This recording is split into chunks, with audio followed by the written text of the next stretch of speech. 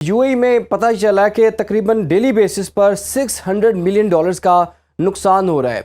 Investment वहाँ से बाहर जा रही है, लोग वहाँ से बाहर जा रहे हैं। फिर उसके बाद जो टूरिज़्म है उनका वो बुरी तरह इफ़ेक्ट हो गया है। तेल उनका वहाँ से आगे से गुजर नहीं रहा। जो सिक्योरिटी अम्ब्रेला उनको प्रोवाइड की गई थी वो भी उस पर कोई भरोसा नहीं किया जा सकता। तो इस वक्त ये ज़रा बताएं कि खलीजी ममालिक का अब क्या बनेगा। जी, खलीजी ममालिक में यूएई बहुत बुरी तरह से एक्सपोज हो गया। यूएई के पास सारे का सारा काला धन जाता था वाइट होने के लिए। वहां पे प्रॉपर्टी का काम होता था, लोग प्रॉपर्टी पे पैसा लगाते थे। वहां पे एआई के हब्स बन रहे थे, वहां पे एआई क्रिप्टो करेंसी पे पैसा लगता था। वहां पे ट्रांसपोर्टेशन जो है पोर्ट वगैरह की उस पे काम होता था। ज्यादातर लोग लग्जरी गुड्स और सेफ्टी, और फिर एक बहुत बड़ा अमीर कबीर तबका जो था वो वहां पे अपनी एक्सट्रीम लग्जरी को एंजॉय करना चाहता था, क्यों जो कि हाइफेनेटेड थी with the safety and security. सही। अब वो हर चीज का फसाद जो है वो खत्म हो गया। जिसने वहां पे लंबे अरसे के लिए प्रॉपर्टी लेनी है तो उसको ये समझ आ गया है कि एक ऐसा मुल्क जिसके पास पीने के लिए मीठा पानी नहीं है, सब्जी उगाने की, फसल उगाने की जगह नहीं है, ऐसी किसी जगह का क्या फ्यूचर हो सकता है। एक प्लांट है जो पूरे जो है वो यूएई को पानी मीठा करके, जो सालिनेशन प्लांट है, प्रोवाइड करता है। एक उस पे बम्बार्डमेंट हुई भी हो तो पूरे का पूरा जो यूएई है वो प्यासा होगा, उसके पास पानी की सप्लाई का और कोई जरिया नहीं है।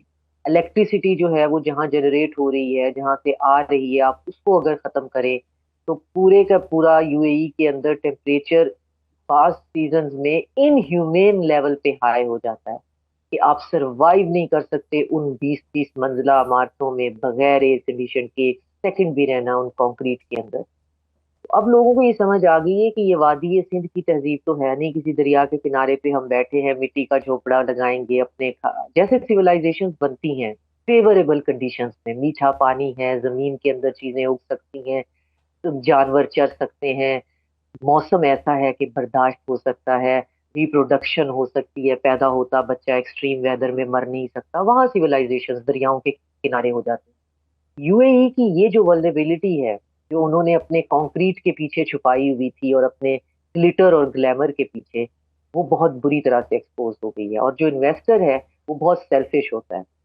वो एम्पथी या ह्यूमैनिटी पे इन्वेस्टमेंट नहीं कर रहा होता। उसको ये समझ आ गया है कि ये बहुत ही एक नाजुक जगह है इन्वेस्टमेंट करने के लिए। टूरिस्ट यहाँ नहीं आएगा कि ये सिक्योरिटी इसकी 100% जो है वो वाटर प्रूफ नहीं है, ये सिक्योर ही नहीं है। हम्म। अब ना वहाँ टूरिस्ट आना है, ना अमीर बंदा वहाँ अपने लग्जरी जो है लेयर टाइम के लिए आएगा, ना वहाँ पे प्रॉपर्टी का लेन देन होने वाला है। और अगर उसको माइनस कर देते हैं as a transit hub, Karachi की पोर्ट और सऊदी अरेबिया की दोनों मिलकर लोड शेयरिंग कर लेते हैं। और जो जो रीजनल हब है, मैं रिसेंटली उज्बेकिस्तान गई थी तो ताशकंद लाहौर से फ्लाइट बिल्कुल फुल थी और मैंने कहा इतने लोग ताशकंद क्यों जा रहे हैं। सेंट्रल एशियन कंट्रीज धड़ाधड़ अपने आप को दुबई और जो दोहा का जो ट्रांजिट है उसके साथ रिप्लेस करने की कोशिश कर रहे हैं। तो वहां पे हम में से चंद लोगों ने ताशकंद उतरना था, बाकी सब फ्लाइट्स जो है वो आगे यूरोप जा रही थी। तो अगर ये ट्रांजिट का पैसा भी जो है वो खत्म हो जाता है और ये सारा बिजनेस मॉडल ही यूएई का कोलैप्स हो जाता है तो उसका तो कोई फ्यूचर नहीं। बाकी जो ममालिक हैं, चूंकि उन्होंने डाइवर्सिफाई किया हुआ है, और डाइवर्सिफाई लफ्ज बहुत इंपॉर्टेंट, उन्होंने अपने सारे के सारे जो अंडे हैं एक बास्केट में नहीं रखे हुए हैं। जी। तो उसकी वजह से उनका सरवाइव कर जाना इन तमाम वर्नरेबिलिटीज के साथ बहुत पॉसिबल है। लेकिन यूएई का सरवाइव करना बहुत मुश्किल है अनटिल एंड अनलेस कि एक तो डिप्लोमेटिकली भी वो आइसोलेटेड हो गया है, और बाकी आप रेत के ऊपर शीशे के महल बना लें, वो बहुत विजिबल होते हैं, वो बहुत ज्यादा इजी टू लोकेट होते हैं, और वो बहुत ज्यादा टारगेट में आ जाते हैं।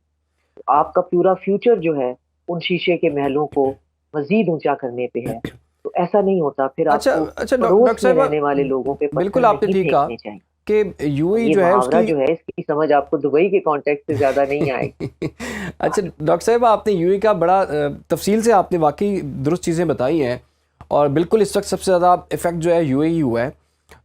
और यूएई उन चंद एक इस्लामी ममालिक में से एक है जो कि अब्राहम एकॉर्ड का हिस्सा भी है। अभी डोनाल्ड ट्रंप को अचानक से कैसे याद आ गया कि जी तमाम इस्लामी ममालिक जो हैं वो बैक वक्त अब्राहम एकॉर्ड्स का हिस्सा बन जाएं, और ऐसे लग रहा है जैसे कि डील के साथ उन्होंने इस चीज़ को भी कनेक्ट कर दिया है कि जी अगर आप बनेंगे तो ही ये डील ईरान के साथ जो है वो फाइनल होगी। तो ये जो इनकी सोच है, जो शराइत उन्होंने रखी हैं, ये कहाँ से आ गई हैं, और उसका क्या मुस्तकबिल आपको नज़र आता है? पाकिस्तान जैसा मुल्क हो गया, सऊदी अरब हो गया, कतर हो गया, क्या वो अब्राहम एकॉर्ड्स का हिस्सा बन सकते हैं? नहीं, बिल्कुल नहीं बन सकते। इब्राहिम अकॉर्ड की अंदर जो है, देखिए बात ये है कि इसराइल को एज अ स्टेट मानना प्रिंसिपली गलत है। एक अपार्टाइड स्टेट है, उसको स्टेट होना ही नहीं चाहिए था। जब बनी थी तब भी बहुत ही कंट्रोवर्शियल सा एक चीज थी, लेकिन 70 सालों में उसने ये साबित किया है कि वो एक स्टेट बनने के काबिल भी नहीं है, वो को एग्जिस्ट नहीं कर सकते हैं। तो एक तो ये प्रिंसिपली गलत है, उसे स्टेट की डेफिनेशन पे ये बहस करना कि जी एक स्टेट जो है अगर वो एग्जिस्ट करती है तो आपको उसको मानने में क्या प्रॉब्लम है।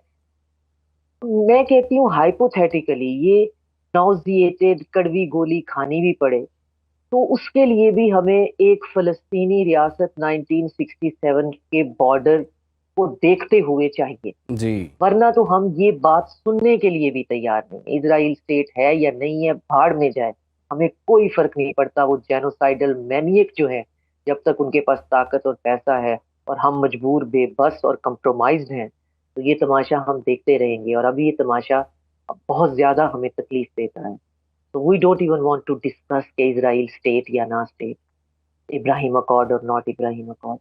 हम इस पूरी बात को सुनने में इंटरेस्टेड, हमारे कान सिर्फ इस सूरत में है, क्या आप कोई ऐसी बात कर रहे हैं कि 1967 के बॉर्डर्स जो थे फलस्तीन के, उसकी बुनियाद पे कोई फलस्तीन की इंडिपेंडेंट रियासत का कयाम हो रहा है, और वो ऐसी रियासत है जिसको अपनी मिलिट्री, अपनी एयरफोर्स रखने की और एयर डिफेंस रखने की इजाजत भी है, क्योंकि इसराइल अपार्टाइड जेनोसाइडल स्टेट का एक ये भी शर्त है कि मेरे इर्द गिर्द रहने वाले तमाम मुल्क जो हैं वो एयरफोर्स नहीं रखेंगे, जैसे लेबनान के पास नहीं है, जैसे सीरिया की एयरफोर्स उन्होंने खत्म कर दी है, जैसे जॉर्डन के साथ उसने किया हुआ है। एयर डिफेंस नहीं रखेंगे, प्रॉपर मिलिट्री नहीं रखेंगे, फौज भी नहीं रखेंगे। हम चोजन पीपल को खतरा हो जाता है, हम खुदा के चुने हुए लोग हैं, हम पे खुदा की 1000 करोड़ दफा लानत माजी में भी पड़ चुकी है और आने वाले वक्तों में भी पड़ेगी। पर ये कि हमें अपने अड़ोस पड़ोस में कोई बंदा महफूज नहीं चाहिए।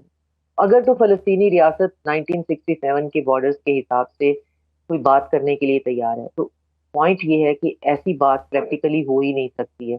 हम्म। क्यों नहीं हो सकती है? क्योंकि जिस तरीके से डेमोग्राफिक चेंजेस करके लैंड एक्वायर कर ली हुई है, अब फलस्तीन नाम पे आपको नक्शे पे कुछ नुक्ते नजर आते हैं, और वो छोटे छोटे नुक्ते, वो छोटे छोटे मोहल्ले, वो छोटे छोटे इलाके स्टेट नहीं बना सकते, वो स्टेट बन नहीं सकते। ये 70 साल का जुल्म है, ये 70 साल की बर्बरियत की कहानी है। और आज आप हमसे अगर ये मजाक शुरू कर दें कि जी माना कि स्टेट हम बना भी लेते हैं, तो कहाँ बनाएंगे आप? आपने कोई जगह छोड़ी ही नहीं है हम्म। फलस्तीन नाम की। आप हर जगह का नाम बदलते हैं, आप हर जगह पे जो सेंट्रल, जो ईस्टर्न यूरोप है, यूक्रेनियन है, इवन नाउ अब धड़ाधड़ इंडियंस जो हैं वो आपने वहां पे आबाद करने शुरू कर दिए हैं। ये कह करके ये हमारा बिछड़ा हुआ वो वाला कबीला था, वो बिछड़ा हुआ वो कबीला था। तुम लोगों के साथ बिछड़े हुए यहूदियों के कबीले ही पूरे नहीं हो रहे। अब एक कबीला तुम्हें इंडिया में मिल गया, अब यहाँ से जो भूखा मरा नंगा यहाँ पे बैठा है उसको उठा के तुम लोग ले जाओगे, तुम हमारे यहूदी बिछड़े हुए कबीले। ना इनके पास कोई लॉजिक है, इन्होंने अपनी मौत खुद मरना है और कुत्ते की मौत मरना है। इससे ज्यादा तजलील जो इनकी हो रही है, जी। ये इससे बहुत आगे तक अच्छा बात जाएगी। डॉक्टर साहब तो आखिर। इब्राहिम अकॉर्ड की कहानी तो आप खत्म रखें, इब्राहिम जी। अकॉर्ड तो हम बात भी तब करने के लिए तैयार हैं, लेकिन बिल्कुल। ये बात आई कहाँ? तो ये बात आई इस वजह से कि पाकिस्तान ने इनको रीपैकेजिंग करके दे दिया ट्रंप को कि जो आप डिमांड ईरान के मामले में लेके आए हुए हैं, आपको स्टेट ऑफ हुर्मुज के खुलने की आप बार बार अपने मीडिया पे बात करते हैं और आप यूरेनियम की बात करते हैं। हम्म। तो जो फील्ड मार्शल गए हुए थे ईरान, और साथ में मोहसिन नकवी गए हुए थे, तो वहां पे मेरा ये ख्याल है कि रीपैकेजिंग की लफ्जों से इन्होंने, ईरान ने अपनी साइड को भी बरकरार रखा, लेकिन कहा कि जी for the time being Strait of Hormuz is going to be open for everybody for international cargo, and we agree to not have the nuclear uh, arsenal for any time future. अब ये दो बातें तो बहुत खुशाइंद बातें हैं, जी। लेकिन इन बातों को पैकेजिंग भी हमने कर दी। ट्रम्प चाहता तो इसको विक्ट्री के तौर पे ले जा भी सकता था, लेकिन बजाय इसके कि वो बेचारा उसको विक्ट्री के तौर पे ले जाता, उस वहां पे जायनिस्ट लॉबी ने पूरे का पूरा वो जो एमओयू का ड्राफ्ट था उसको पढ़ना शुरू किया, तो पता चला कि जी ईरानी कह रहे हैं कि हम we are not interested in nuclear bomb, but we are interested in having our own nuclear enrichment plants and program intact. So we want to have that right, and we reserve the right to have the 2 to 3% enriched uranium.